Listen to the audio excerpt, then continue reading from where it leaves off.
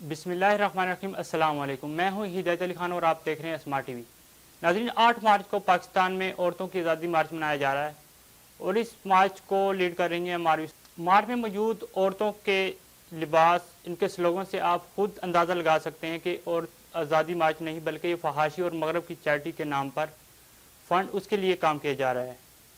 मारवी सरमद साहबा ने कल मोहम्मद अली के साथ बदतमीज़ी की, लेकिन वो शरीफ इंसान थे, उसने उसका जवाब नहीं दिया।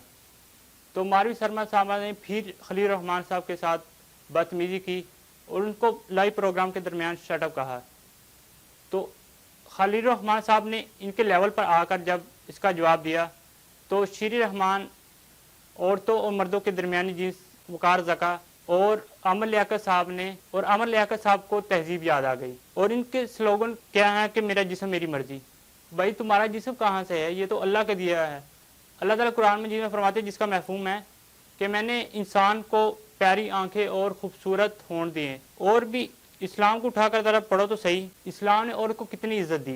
हज़रत जिब्राईल अलैहिस्सलाम वही लेकर हज़ूर सल्लल्लाहु अलैहि वसल्लम के पास आए कि हज़रत फ़ातिमा रज़ियल्लाहु अन्हा का जो रिश्ता है हज़रत अली से होगा।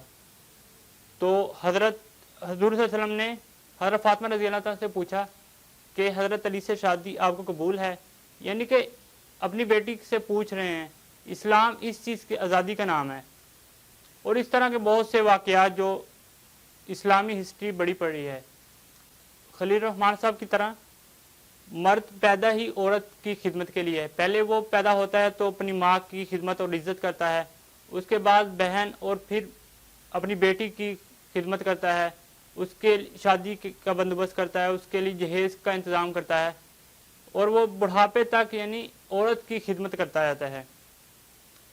और स्लोगन, इनके स्लोगन देखें, मर्द को गाली दी जा रही, चाहे वो भाई है, चाहे वो बाप है, चाहे वो शोहर है, कि अपना मोज़ा खुद ढूंढो, अपना खाना खुद गर्म करो। इस तरह के जो स्लोगन हैं, एक मर्द जो है वो सारा दिन, पाकिस्तान की 80% आबादी जो है वो गरीब लोग हैं और गरीब लोग क्या करते हैं? मजदूरी करते हैं। मर्द जो है सुबह से शाम तक, जून जुलाई के महीने में 14 फुट ऊपर ईंटें उछालते हैं इस गर्मी में और 500 मजदूरी कमा के शाम को घर लाते हैं।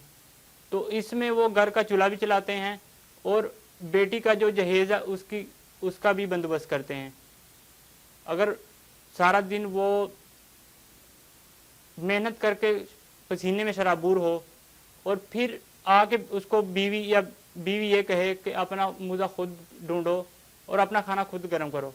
हजूर सल्लल्लाहु अलैहि वसल्लम का इरशाद है कि अगर अल्लाह के बाद किसी इंसान को सजदा की इजाज़त होती तो मैं बीवी से कहता कि अपने शोहर को सजदा करे। यानी कि शोहर इतना क्यों है, उसकी अजमत क्यों है? क्योंकि वो मेहनत इतना करता है और औरत सिर्फ 4 दीवारी के अंदर, और सब बाहर का काम जो है वो मर्द के ज़िम्मे है। और मारवी सरमद साहबा जो है, उनके आप पिछले ट्वीट निकाल के देख लें। उनका लास्ट ट्वीट है कि पाकिस्तान का मतलब क्या, फ़ौजी गश्ती और मुल्ला। और जब फ्रांस में हिजाब पे पाबंदी लगी और औरतों को, हमारी पाकिस्तान की औरतें और बहुत सी हमारी पाकिस्तान की औरतों पे जब तशद्दुद हुआ, तो बजाय इनको सपोर्ट करने के हिजाब के ख़िलाफ़ ट्वीट्स कर रही हैं। ये आज़ादी नहीं बल्कि एक फहाशी है।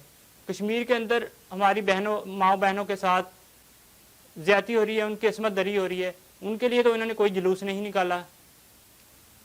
कौन सी इनके हकूक़ जो हैं जो ज़ब्त किए जा रहे हैं उनको नहीं मिल रहे।